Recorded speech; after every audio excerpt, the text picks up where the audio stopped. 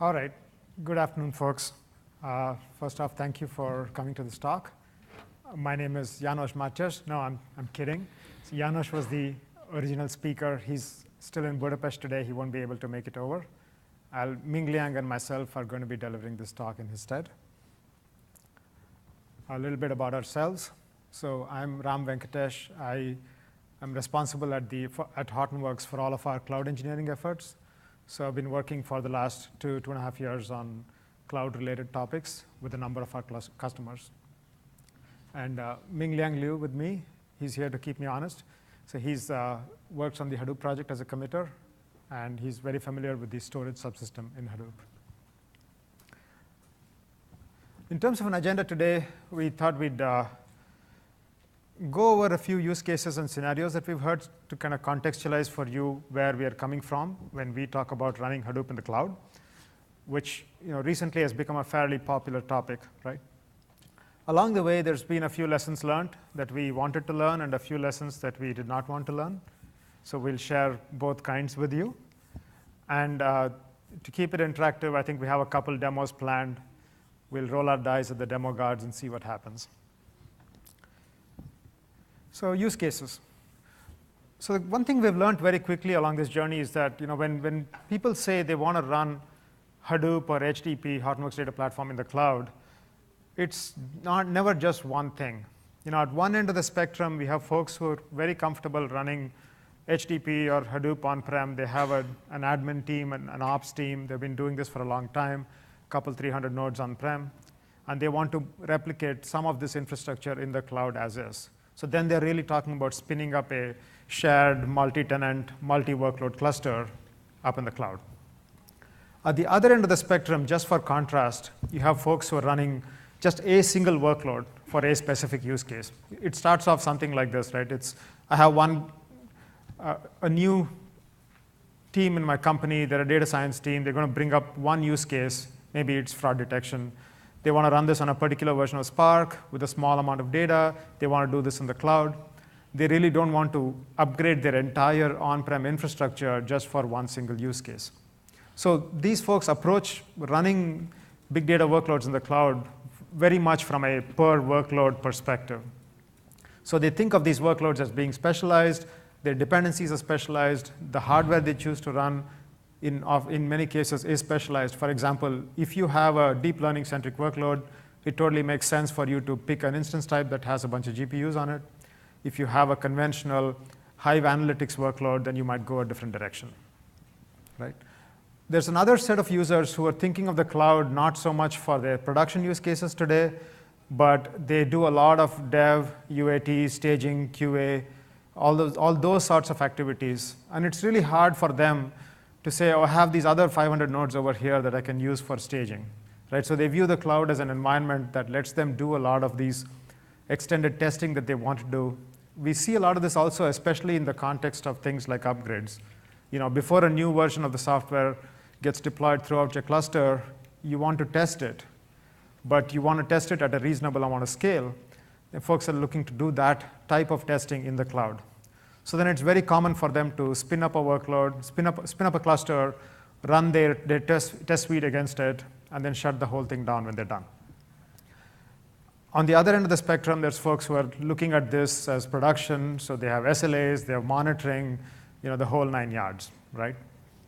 Another dimension from where people are coming from is around how their users end up consuming the tech, right? So some of them look at this as self-service. They want to enable their data scientists to come in and create and launch their own workloads. Others look at it as extensions of their on-prem Hadoop deployment, right? They look at this as, there's an ops team. You go talk to the ops team. The ops team talks to guard. You get a cluster back, and then off you go, right? From an ephemerality standpoint, what's ephemeral to you it could be very different from what it is for the person sitting next to you, right? So some people spin up clusters that have a really long lifetime of 2 days. And others go, it's ephemeral. We run it for a very short amount of time, 3 months, right? Happens, right? So you have folks who are doing this, who've been doing this for a while, and we look at the kinds of clusters they create, and we see that there are a few clusters that hang around in the cloud for 6, 9, 12 months at a time, even though people think of them as ephemeral. So what's ephemeral, what's long running? Where this comes into play is, of course, how you think about robustness, how you think about fault tolerance. And there's varying security, governance, and compliance requirements. So we looked at this matrix and we said, obviously, there's no way we could solve this gamut of use cases with one product in the portfolio. So if you look at Hortonworks' cloud solutions, that's the taxonomy of things that we offer, right? There's Azure HD Insight, which is Microsoft's managed premium Hadoop service, which essentially has a lot of the Hortonworks technology embedded in it. At the bottommost layer, that's just infrastructure as a service, and you're running Hortonworks data platform using Cloudbreak and using Ambari. So for the rest of the talk today, just to orient us, I'm going to be focusing on this last HTTP on IaaS set of solutions, but offline, if you have questions on any of the other boxes, please hit us up. So what's Cloudbreak? In case you're not aware what it is already, this is like the 20-second introduction to it. So Cloudbreak's a framework, an SDK, a tool. What it lets you do is provision HTTP clusters on cloud infrastructure. So we designed it so that it's pluggable. So Cloudbreak runs on top of, it can run on-prem or it can run in a VM in the cloud. But more importantly, you can provision clusters on Azure, you can provision clusters on GCP, on AWS, on a few variants of OpenStack. So that provider layer is actually pluggable. So it came to us through this acquisition of this company called Sequence IQ, based out of Budapest a couple years ago. Okay. So the design philosophy for Cloudbreak was, basically think of this as declarative full stack provisioning of Hadoop, right?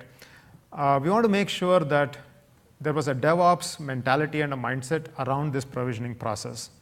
When I talked about dev, test, UAT, prod, the common characteristic there is these things come and go. So if these things come and go, you hate going around clicking buttons every time to do the same thing, right? So there's first-class DevOps tooling, UI, REST API, CLI, and so on and so forth. So you can build a robust automation methodology around this. And candidly, we are inspired by what the cloud providers have done in this space. They present a nice frame of reference for us, and we have modeled similar concepts on top of that. We wanted to make sure that Cloudbreak is actually not very opinionated when it comes to the shapes of clusters you can create. So you could anything you can specify through an Ambari blueprint can be realized as a cluster. And lastly, this is sort of not native to Cloudbreak itself, but the design philosophy for HTTP running in the cloud is that we want to make sure that elasticity, auto-scaling, fault tolerance, things that you kind of these are lifesavers in the cloud, that we have straightforward mechanisms to enable them. So, okay, this is moving on to the meat of what we wanted to cover today, lessons learned. Basically, if what we've concluded is that if you're running Hadoop in the cloud, it's an uneasy marriage of three brains. So there's Cloudbreak, which has functionality for defining clusters and provisioning infrastructure. Each of the cloud providers have their own characteristics and capabilities. And then you have Ambari and Hadoop clusters, which are themselves fairly feature-rich. So when you're putting these three together, there are differences in performance, in storage, and functionality when you're running across cloud providers. So even though the intent is that we're going to support multiple cloud providers, in reality, you're going to start getting experience or expertise in one of them, and that's not going to transfer completely over if you go over to another cloud provider. I'll get into the specifics of this a little bit later in the talk. Capacity planning in the cloud is just fundamentally different, right? So we've had customers go down the path of lift and shift, where they have an existing on-prem deployment and they want to move it as is to the cloud. That strategy is going to likely be very expensive for you unless you have like a fixed scope scenario where you don't expect the shape of things to change much in your environment, which in today's, at the speed that business operates today, very few of us can credibly say that we know that that's going to be the case, right? So as things go flex up and down, as workloads change, as you make trade-offs between running batch versus interactive versus SQL versus streaming, right? You're going to have to think about custom-built heterogeneous clusters rather than a one-size-fits-all. This is actually a friend for you. This is a feature, right? On-prem, we tend to think of one cluster with a fixed capacity, and then we're playing all these games to make sure that all these workloads play nice. In the cloud, you can actually think of cluster size as a variable, it's not a constant, right? And so that sort of is fundamental to the way you would think about it. So the second line there is trial and error, is that on-prem it's really hard for you to go out and get infrastructure and say, oh, this didn't work really well, I'm going to set things up another way, is not an option. Whereas here it is, so you might as well, some of the tooling here that we give you is iterative, because we think that by experimenting, you're going to come up with a better solution than if we gave you this cookie cutter way of doing things, right? One of the fundamental assumptions that you're going to have to make is whether you're going to disaggregate storage from the cluster, right? On-prem, you run one giant shared HDFS cluster, you run jobs on top of it, life is good. In the cloud, you could do that, and that'll take you down that one path. The other thing that you could do is you could think of storage as being fundamentally stored in the object store provided by the cloud provider. So if it's Amazon, it's S3. If it's Microsoft, it's WASB or ADLS. If it's Google, it's the GFS. And the Google Storage Connector lets you access data that's stored in the Google Object Store. So all of these choices basically mean that you're thinking about storage and compute as being disaggregated. That liberates you from having to run things forever, right? So when you spin the cluster down, your storage is completely externalized. So once you've made this choice of externalizing or ephemeralizing your cluster, that then puts you in a place where you can then make a bunch of secondary decisions. So now the kinds of storage that you bring into your cluster primarily have to do with what kinds of processing you want to do with the data rather than what kinds of data you want to store, right? So think of storage now becomes more like an extension of the working memory that you have inside your cluster. So there's a few different options there. Most of these cloud providers will give you ephemeral storage that's associated with the instance, just looks like a disk attached to the VM. Most of them will give you block storage, so Amazon's EBS or there's equivalents thereof. And then there's the object store, right? And fundamentally, the choice between ephemeral storage and object store and blob storage is, with ephemeral storage, once you pick an instance type, in most cases, the amount of ephemeral storage that you get is fixed. Whereas with the block storage, you can pick an instance type based on how much compute you want to do, and you can attach as much storage as you need in the context of your use case. A lot more about storage in Ming Liang's section, so I'm just going to skip that. A few more things to keep in mind which are cloud provider specific. Basically, again, it comes back to tuning your hardware for the workloads that you're going to be running. So all of these instance types, and even if I put down any recommendations for a specific instance type for you, it'll be outdated in about 6 weeks. Right? So the cloud providers are constantly adding new instance types in various regions with different capabilities. So the rule of thumb is, pay attention to what your resource contention profile looks like. Are you IO bound? Are you CPU bound?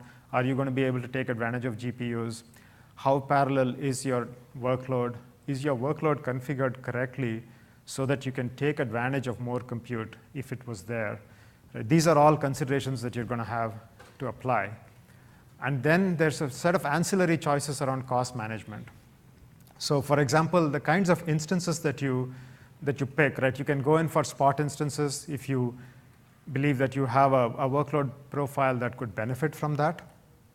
You could also go with Amazon has this thing called dedicated instances. It has another category called reserved instances. So if you want to get into things like regulatory considerations, you should go look at the instance types to understand the details between them. So it's not just functionality. Sometimes it's also what types of compliance requirements you have to meet will drive you in the choice of the instance types that you pick. Similarly, from a networking standpoint, Amazon Linux has a bunch of goodies baked in, which is why we use it as our default AMI substrate for our offering.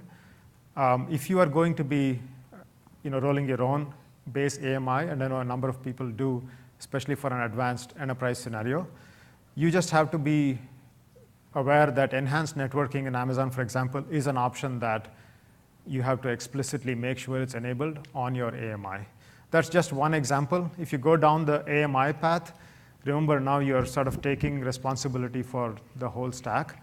So how you do security updates and patching and kernel versions and packages installed and everything then becomes your responsibility. right? Similarly, all the cloud providers have notions of, broadly, I think of them as a fault domain, which is the contract that the cloud provider gives you that says, if something bad happens, this entire set of things will go away. So in AWS, that's an availability zone, very appropriately named. So if you are going to be deploying masters in a cluster, then make sure that you distribute your masters across availability zones, so that if an availability zone gets taken out, you still have coverage from the second one. Okay. Also, just something to keep in mind, again, these instance types, this is something that we've noticed more from a performance standpoint, is that once in a while we realize, customer says, hey, this particular workload is running slow. It turns out it's related to a particular instance type choice that they had made. Okay. Similarly, on the storage front, the ephemeral disk that Azure provides looks like it's really special because it's actually backed by SSD with lots of clever IOPS provisioning under the covers. So it's significantly faster than a root disk. It has the downside that it's truly ephemeral. So if it comes back up, it's going to be clean. Okay. Multiple storage choices on Azure. There's WASB, which is their Windows Azure Storage Blob, which is their object store. And then there's the new one, the Azure Data Lake. They both have, WASB has the benefit of being mature. It's been around for a while. We've been running on it for probably 4.5 years now. ADLS is fairly new, but it addresses many of the things that they learned from running WASB for big data workloads have been addressed in ADLS. So going forward, we expect to see more of ADLS and less of WASB. On the Amazon front, there's the S3. There's a plethora of connectors to talk to S3. There was the original S3 connector, which is like 2009. I think Steve Lofren has a history of what happened to all the connectors over the last 8 years. It's a fun read if you want to go look at that. But if you're going to start off today, I'd recommend start with the S3A connector. That's the most recent connector. Here's some things you don't want to learn, right? Basically, if you're going to be running Hadoop in the cloud, security is something that you're going to have to design in from the beginning, right? And you have to have a layered defense in depth kind of strategy. So think of it as, if the only thing you took from this talk is, I need to make sure I think about security before I deploy my Hadoop cluster in the cloud, I'd consider my job is done. Because as a community, this is really important for us, right? Is that we want to make sure that people understand how to think about properly securing their Hadoop deployments in the cloud, right? So at the outermost layer, there's the network security, which there's ways for you to address that. Use private networks wherever possible, restrict internet access, control ports and protocols, use reasonable passwords. I can't emphasize, people don't realize that, oh, now my big data cluster is available on the web for anyone to get at if I've misconfigured it, right? So network security is where it all starts, but you can do a lot better. At the compute level, you can make sure that you control what services go on the different nodes. So make sure that firstly, let's avoid people having to SSH into these clusters to do anything. But if they had to, use gateway nodes. You can use IAM roles on AWS, a really nice mechanism that limits the amount of compute privileges you have for that instance. So use that to lock down what S3 buckets you can access, what you can do. So even if somebody managed to get code running on that instance, they're scoped down to what they can actually do on it. The third layer up from that is around workloads. So make sure that all your endpoints are authenticated, SSL terminated, standard stuff, but even more important because anyone can get to it, right? So things like enabling an API gateway like Apache Knox, we'd highly recommend that when running in this configuration.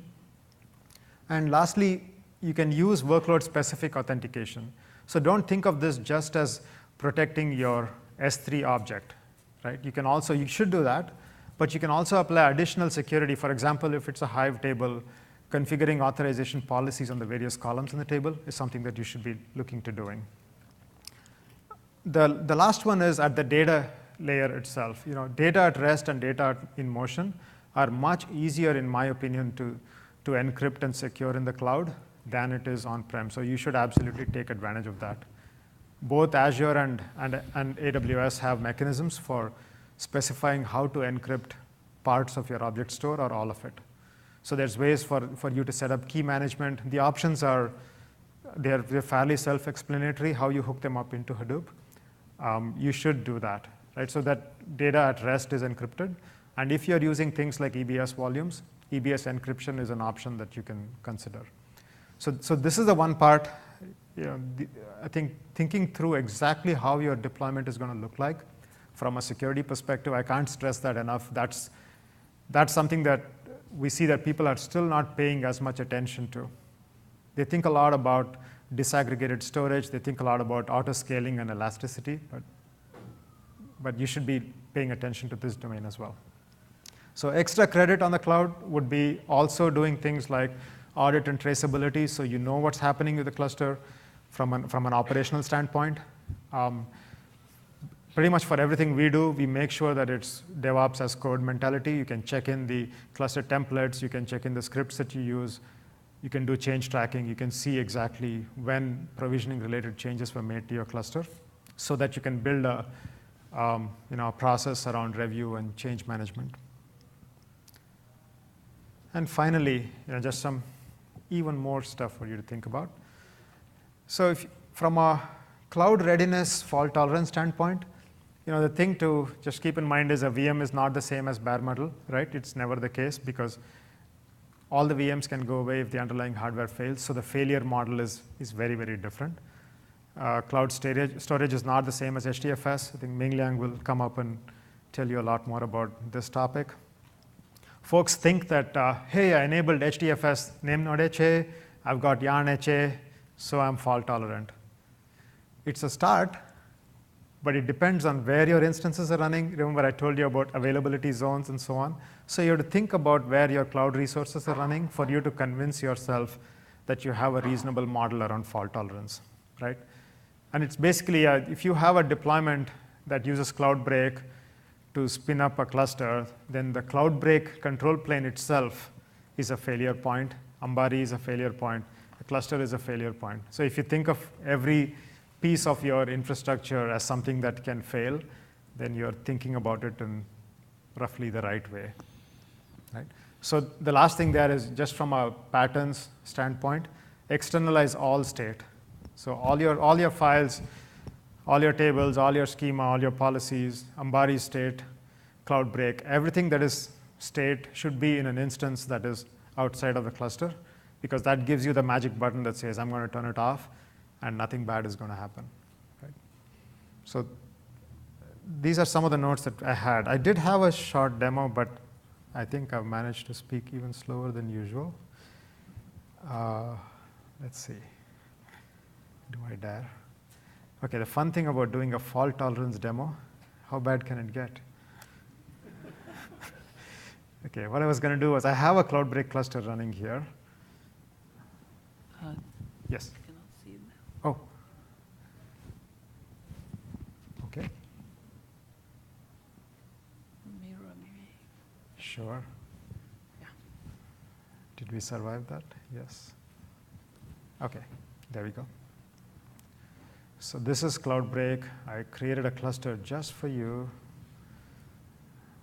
And I don't have a real signed cert, so it's warning me. It's SSL, but a self-signed cert.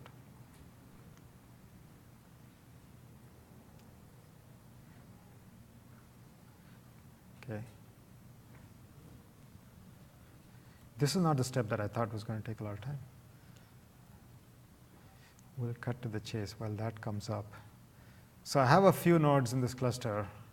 At least we think they're healthy as of now. So I'm just going to pick. It's not a magician's trick. I can pick any VM. Let's go find that VM. There it is. OK. So we're going to go terminate this VM. OK. This is a day in the life of a Hadoop cluster in the cloud. VMs go away. It happens.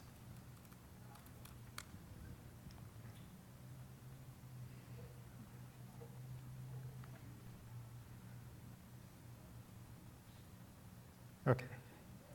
So Ambari didn't know that we just did it to this.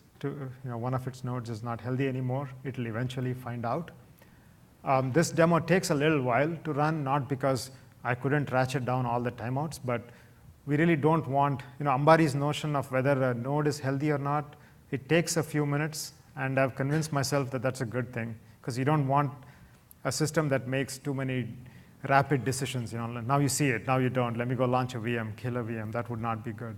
So this system is going to take a few minutes for it to realize that this VM is shutting down, and let's see what it does as a response to that event. And while that is happening, Mingliang, you want to come up and start the next section? Yeah. Cool.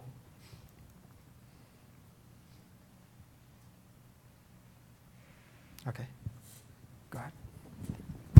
Hello? Yeah, I can hear you. Hi. Okay.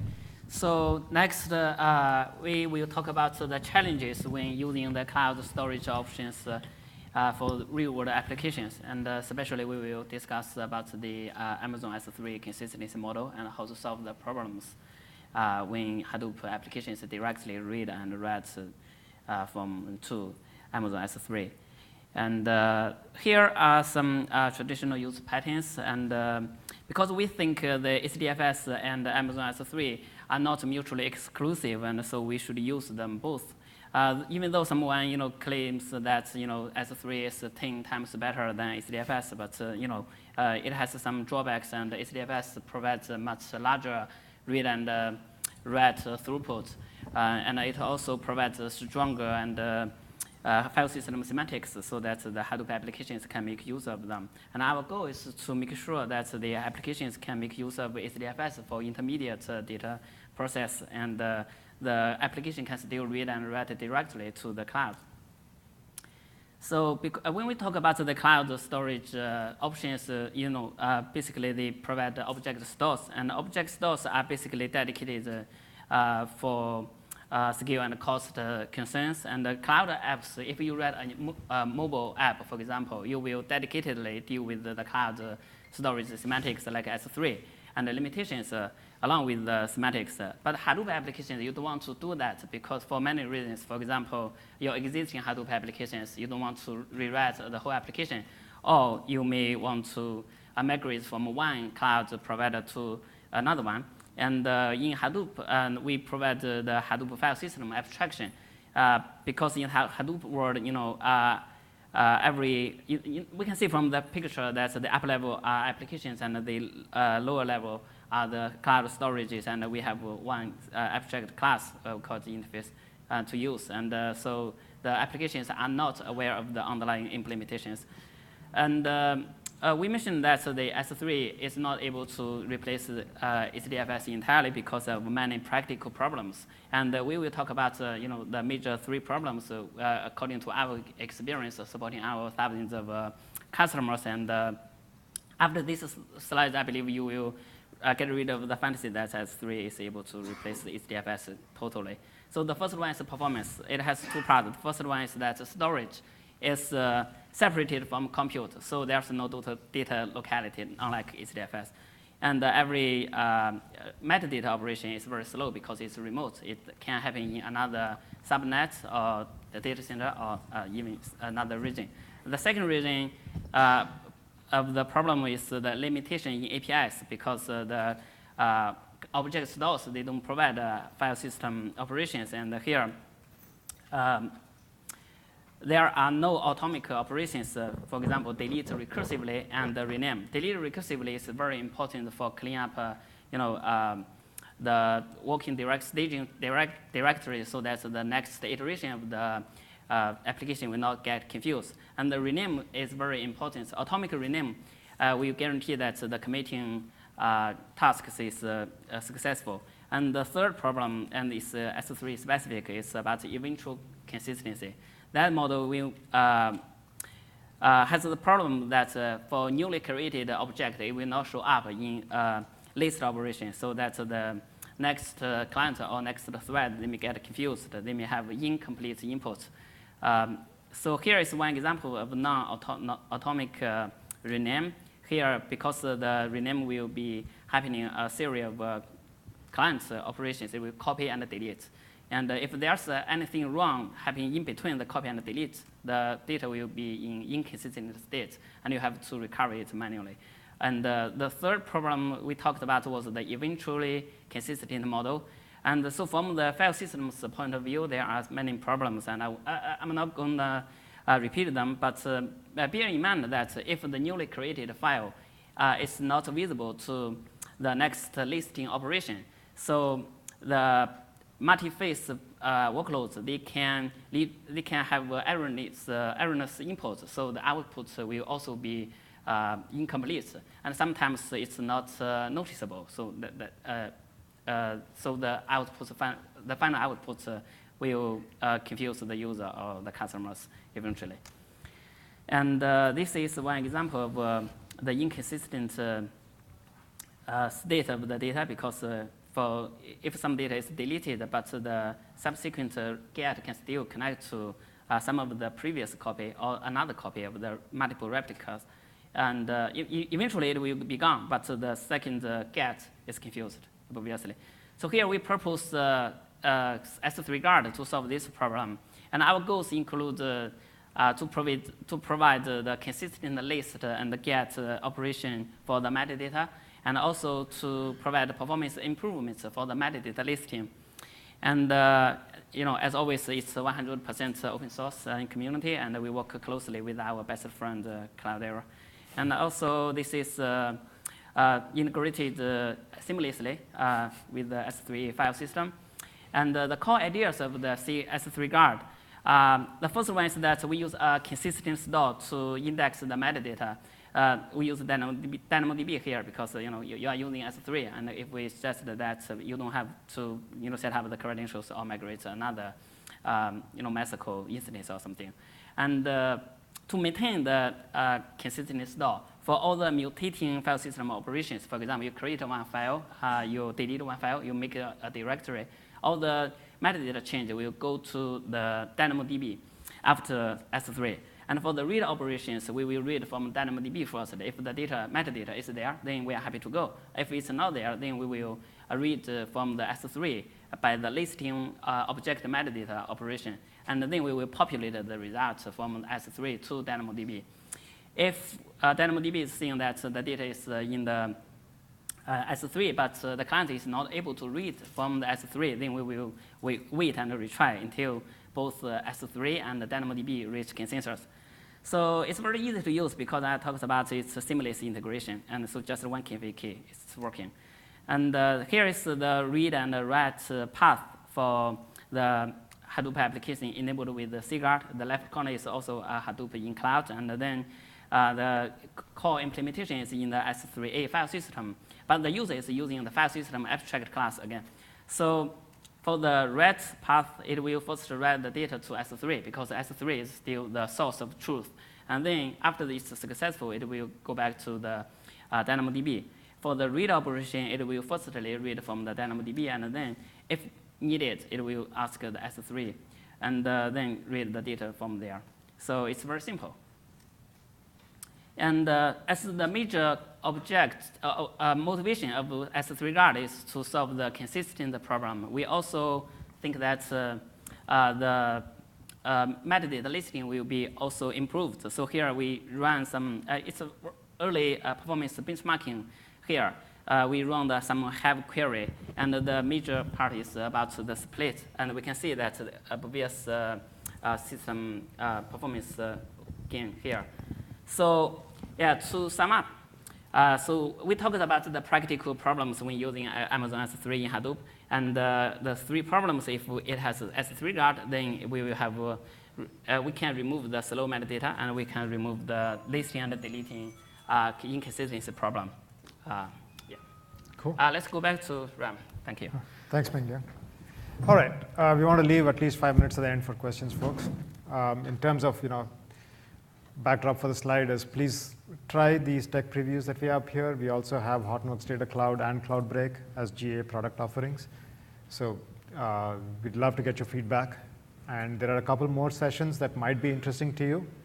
One is around security in Spark, and the other is there's a crash course on Thursday afternoon. So please feel free to come to these 2 events. All right, question? Yeah. So from the benchmark, I understand that your workloads were very read-intensive, because write would obviously be slower. Yes. So on the write path, we are adding a step. We are not removing anything from it, so it cannot get faster. But it turns out that that write to DynamoDB is in this scheme of things, of all the other things that you're doing. Remember, all operations to S3 are over REST. So those are fairly expensive. So this one op, it will be hard to measure the overhead of that on the write path. But you are correct. In theory, it's a little bit more. Yeah, question. So I'm a Cloudbreak user today. Okay. And we're building in Azure, and we're using the tool to build in Azure. Okay. HDC, however, looks like it's a little bit more refined Ah. of a product. Do you Yeah. see Cloudbreak kind of on par or lagging a little behind HDC? No, we see Cloudbreak as the underlying engine or the framework. HDC is 100% built. Hortonworks Data Cloud is built on top of Cloudbreak. So since Cloudbreak is a framework and an SDK, it's got lots of different ways to do many things, like set up infrastructure for a wide variety of scenarios and for a wide variety of cluster shapes. With Hortonworks Data Cloud, it's like the easy button, right? So there's a set of things that it's supposed to do out of the box without the user having to think about infrastructure. But it uses Cloudbreak. So it's not a fork, it's not an alternative, it's the same Cloudbreak engine, and we are enhancing both at the same time. Okay? So there should be no concern that one is not superseding the other by any means. Okay? Just different use cases. Other questions? All right, cool. Thank you very much.